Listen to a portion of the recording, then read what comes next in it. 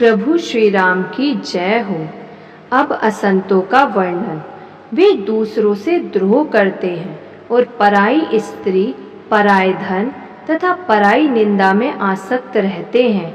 वे Palmer और पापमय मनुष्य, नर शरीर धारण किए हुए राक्षस ही हैं। लोभ ही उनका ओढ़ना और लोभ ही बिछोना होता है, अर्थात लोभ ही से वे सदा घिरे हुए रहते हैं। वे पशुओं के समान आहार और मैथुन के ही परायण होते हैं। उन्हें यमपुर का भय नहीं लगता। यदि किसी की बड़ाई सुन पाते हैं तो वे ऐसी दुख भरी सांस लेते हैं मानो उन्हें जूड़ी आ गई हो, और जब किसी की विपत्ति देखते हैं तब ऐसे सुखी होते हैं मानो जगत भर के राजा हो गए हों। वे स्वार्थ परायण, परिवार वालों के विरोधी, काम और लोभ के कारण लंपट और अत्यंत क्रोधी होते हैं। वे माता पिता, गुरु और ब्राह्मण किसी को नहीं मानते। आप तो नष्ट हुए ही रहते हैं, साथ ही अपने संग से दूसरों को भी नष्ट करते हैं। मोहवश दूसरों से द्रोह करते हैं। उन्हें न संतों का संग अच्छा लगता है, न भगवान की कथा ही सुहाती है।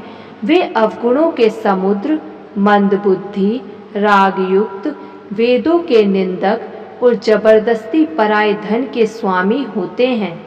वे दूसरों से द्रोह तो करते ही हैं, परंतु ब्राह्मण द्रोह विशेषता से करते हैं। उनके हृदय में दंभ और कपट भरा रहता है, परंतु वे ऊपर से सुंदर वेश धारण किए रहते हैं। ऐसे नीच और दुष्ट मनुष्य सतयुग और त्रेता में नहीं होते, द्वापर में थोड़े से होंगे और कलयुग में तो इनके झुंड के झुंड होंगे। हे भाई, दूसरों की भलाई के समान कोई धर्म नहीं है और दूसरों को दुख पहुंचाने के समान कोई पाप नहीं है। हे तात, समस्त पुराणों और वेदों का यह निर्णय मैंने तुमसे कहा है। इस बात को पंडित लोग जानते हैं। मनुष्य का शरीर धारण करके जो लोग दूसरों को दुख पहुंचाते हैं, उनको जन्म मृत्यु के महान संकट सहने पड़ते हैं। मनुष्य मोहवश स्वार्थ परायण होकर अनेकों पाप करते हैं, इसी से उनका परलोक नष्ट हुआ करता है। हे भाई, मैं उनके लिए भयंकर हूँ और उनके अच्छे और बुरे कर्मों का फल देने वाला हूँ। ऐसा विचार कर जो लोग परम चतुर हैं, वे संसार के प्रवाह को दुख रूप जानकर मुझे ही भजते हैं।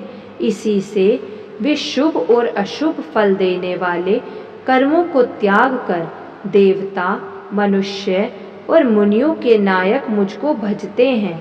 इस प्रकार मैंने संतों और असंतों के गुण कहे। जिन लोगों ने इन गुणों को समझ रखा है, वे जन्म मरण के चक्कर में नहीं पड़ते।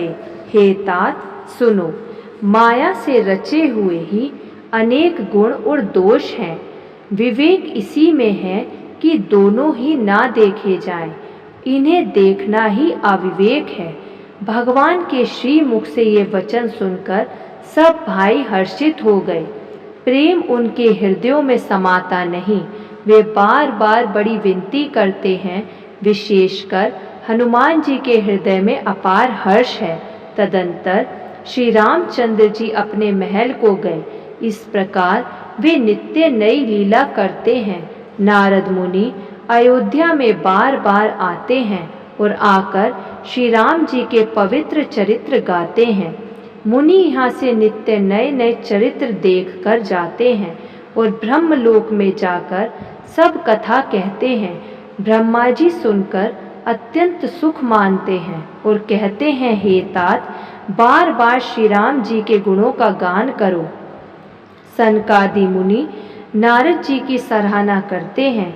यद्यपि वे सनकादि मुनि ब्रह्मनिष्ठ हैं, परंतु श्री राम जी का गुणगान सुनकर वे भी अपनी ब्रह्म समाधि को भूल जाते हैं और आदर पूर्वक उसे सुनते हैं। वे राम कथा सुनने के श्रेष्ठ अधिकारी हैं। जय श्री राम।